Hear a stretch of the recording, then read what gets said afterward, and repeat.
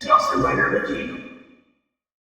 Hey YouTube, Dawson Rider here. Welcome to my review for Mighty Morphin issue 3. So this was another solid issue, but one that just kind of felt like a, I don't want to say filler issue, I keep thinking filler issue in my head, but filler kind of implies it's like a throwaway, one-off, but it's more like a stepping stone issue, and I feel like the last couple issues of both series, Mighty Morphin and Power Rangers, have kind of been like that, and I feel like it's my fault for expecting more. I think that between the hype of the end of the proper series and then the beginning of these and then stuff like the standalone graphic novels, I'm expecting bigger stuff to happen issue after issue, and so after the first issue we just kind of have these stepping stone issues where I'm waiting for something more, and it just kind of leads you right up to the next step and then you don't take it. So I still think there have been solid issues, but I just keep feeling like I'm expecting more. But there was definitely some solid stuff in this issue. Like, the way it started off is kind of like the other one where you get some Zordon Eltar flashbacks, like backstory, and then this one has like two bug creatures talking and they're observing the society, and then you find out it's Zordon and one of his friends. Zordon and friends.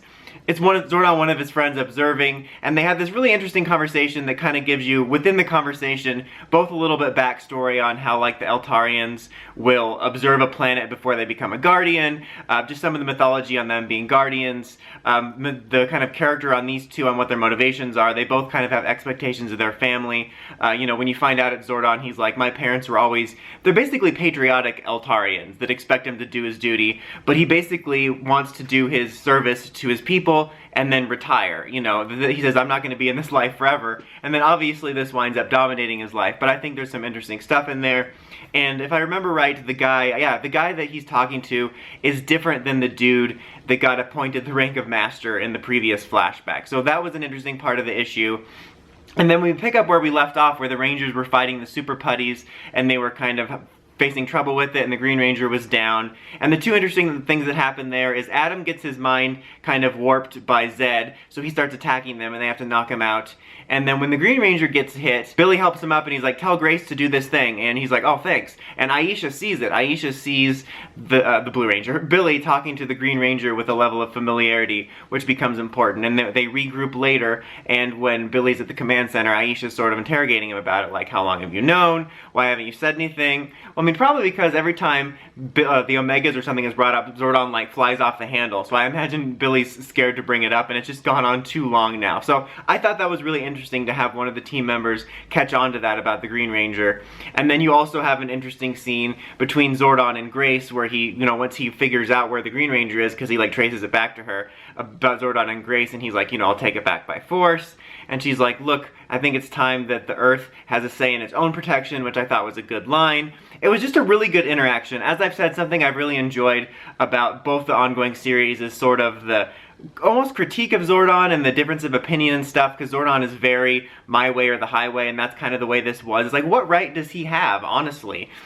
Like, amongst all this stuff, amongst the Omegas, he's not like the authority on all Power Rangers, so I just find it very interesting. And there was talk of the allure of the Dragon power. I can see why some people might be annoyed that the Green Ranger power is still of such focus between the Green Ranger and then the Chaos Energy with Zed and whatnot, but I mean, I'll admit I'm a little bit sick of that stuff in a way, but I do find it pretty interesting. You know, what I like, in a way, one of the things I like most about this Green Ranger story is when it was initially announced, I was annoyed. I'm like, oh god, we gotta bring this back again, but now it's like one of my most favorite parts. I like the new Green Ranger suit, I like the mystery around it, I like the sort of build up of the mythology around the powers. I think there's a lot of interesting stuff around it, and I really like that, and there were some interesting character interactions about it.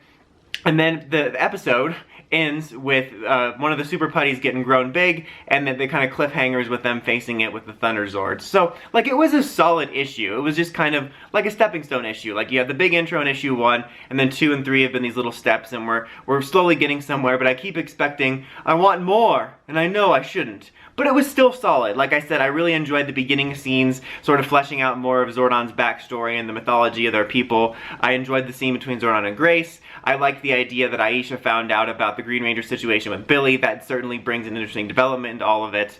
And I especially like, I was mentioning, I really like the Green Ranger story, but I like that that within this story, of all the stories going on really, but just honing in on Mighty Morphin since that's what this is about, like, I like that there's multiple different facets I'm interested in. Like, I'm interested in the mystery of the Green Ranger. I'm interested in the character aspect of it. Like, once we find out who it is, there's going to be lots of different potential interesting directions they can go with depending on who it is. I know that somebody somewhere said where it's going to be revealed or something, but I kind of don't want to know, just so I'm surprised. And there was also another thing, just as a sidetrack, there was a couple scenes with like Bulk and Skull and his girlfriend who was like one of the candidates, and we know she's Eltarian. I feel like because Green Ranger was in the back to tank when she was out, it might rule her out, but it could be a red herring or, you know, trying to throw you off the scent. But just every shot of him looks like it's a male. Like the front cover, he's so obviously male. I don't know, I just don't want her to be the Green Ranger personally. I mean, as of right now, she's just like one of my lesser favorite choices, even more so than kind of basic choices like Matt.